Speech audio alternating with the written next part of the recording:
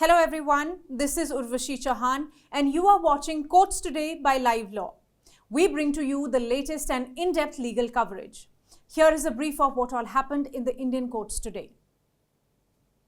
Today was the 9th day of the hearing of petitions seeking legality of same-sex marriages in the country. Solicitor General Tushar Mehta today informed the Supreme Court that only 7 states had responded to the central government's letter inviting comments and views on the seminal issues raised in the petitions.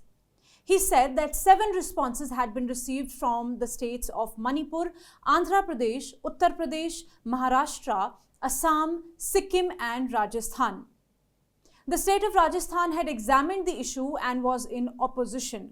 All the others said that they needed intense and expansive debate. The central government had last month submitted that in view of the far-reaching implications of the issues under debate, any decision arrived at without making states and union territories a party or without obtaining their opinion would render the adjudication incomplete.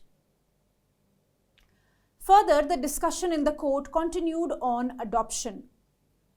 Additional Solicitor General Aishwarya Bhatti, appearing on behalf of National Commission for Protection of Child Rights, Ministry of Women and Child Development and Central Adoption Resource Authority (CARA), submitted that the welfare of child was paramount and could not be opened for even an iota of compromise and uncertainty.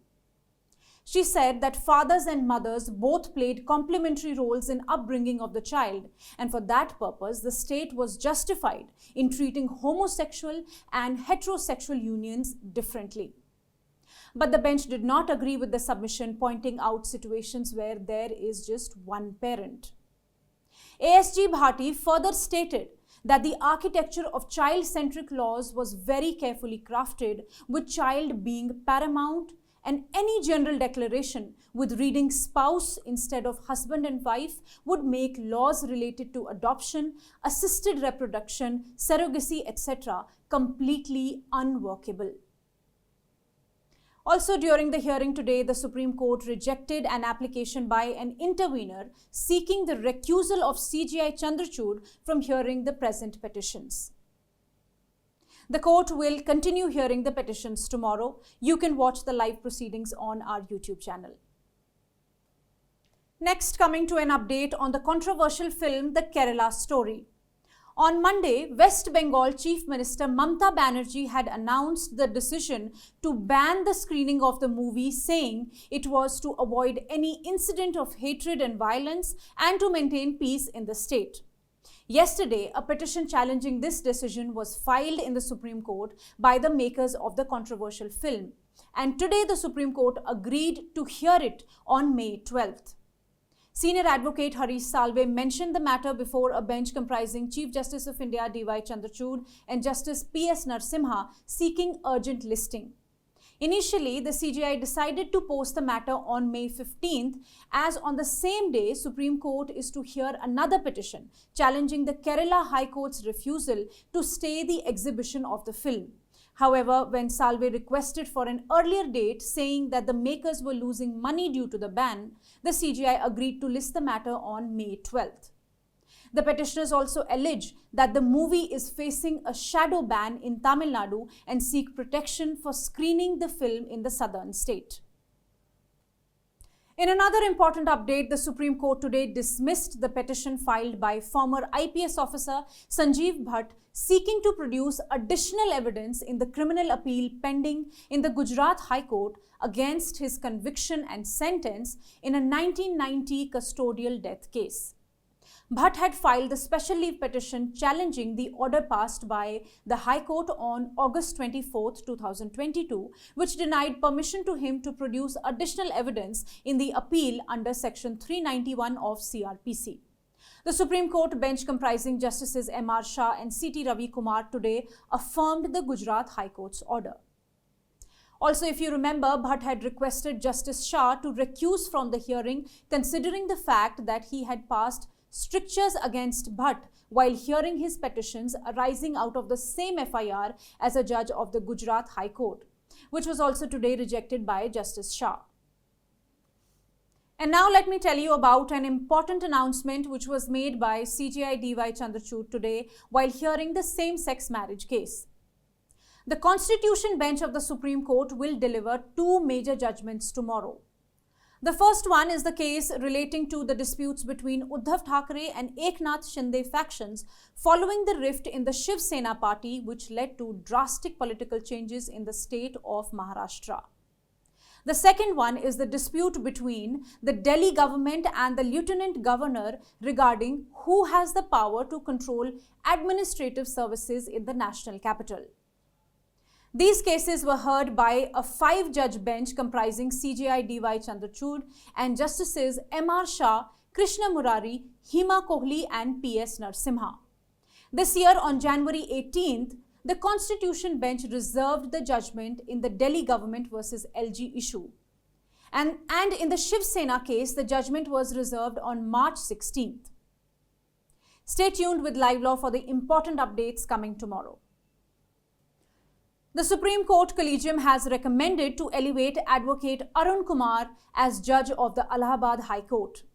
The Collegium disclosed that the High Court Collegium's recommendation in this regard was earlier deferred by it in view of certain IB reports. However, since the Bureau has no verifiable material with respect to the objections, the Collegium resolved to recommend the name to the centre.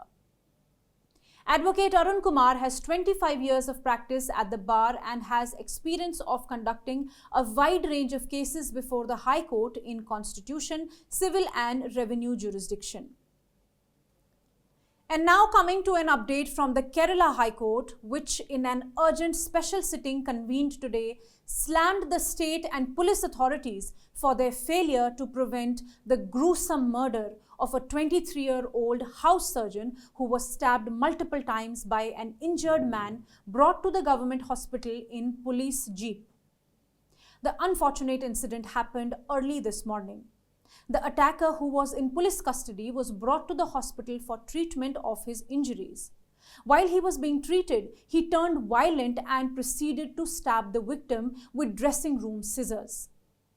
Further, the division bench comprising Justice Devan Ramchandran and Justice Kausar ordered the medical interns, house surgeons and postgraduate medical students to be provided protection under the provisions of Kerala Healthcare Service Persons and Healthcare Service Institution Act 2012. In another development, Tamil Nadu government has moved the Principal District and Sessions Court Chennai seeking action against the state president of Bharatiya Janata Party K. Annamalai for making defamatory statements against the Chief Minister M.K. Stalin. The complaint has been moved through City Public Prosecutor. The background is that on May 14th, Annamalai had released DMK files claiming that many members of the ruling DMK party were involved in corruption, including the Chief Minister. He claimed that the CM had received money to the tune of rupees 200 crore from an Indo-European shell company for awarding tenders. The criminal defamation petition says that the speech made by Annamalai was intended to harm the reputation of the CM in respect of his conduct in discharge of his public function. Also, that the defamatory speech was made without any basis or evidence during a press conference and was widely carried by the media. The prosecutor also submitted that the government of Tamil Nadu has accorded sanction to the public prosecutor under section 199(4) of the CRPC through a government order for filing the complaint before the competent court. Lastly, coming to an important update from the Delhi High Court on Section 14 of the Family Courts Act. This section empowers the family court to receive as evidence any report, statement, documents, information, etc., which it thinks may assist the court to deal with the dispute, and that evidence may or may not be relevant or admissible under the Indian Evidence Act. In the present case, the parties were married in 1998. Last year, the wife filed a divorce petition before the family court on the ground of adultery and cruelty against the husband. The family court had allowed the wife's application for seeking preservation of CCTV footage of a hotel where the husband was allegedly indulging in adultery with a lady and summoning of the hotel room's records. The husband, through his plea before the Delhi High Court, had challenged the family court's order. The wife's case was that unless the information as directed by family court was brought on record, she would not be able to prove the charge against her husband. Today, the High Court dismissed the husband's petition, and Justice Rekha Pillai observed that the court has to necessarily strike a balance between the conflicting rights of the wife and husband. The court further said that the impugned orders passed by the family court only pertain to the production of records and do not deal with the question as to whether the record would in itself be sufficient to prove the charge of adultery against the husband. Thank you for watching. If you wish to know more details about the cases I mentioned here, you can check the links given in the description box below. Stay ahead with quick legal updates only on Live Law. Do not forget to like, share and subscribe and support us.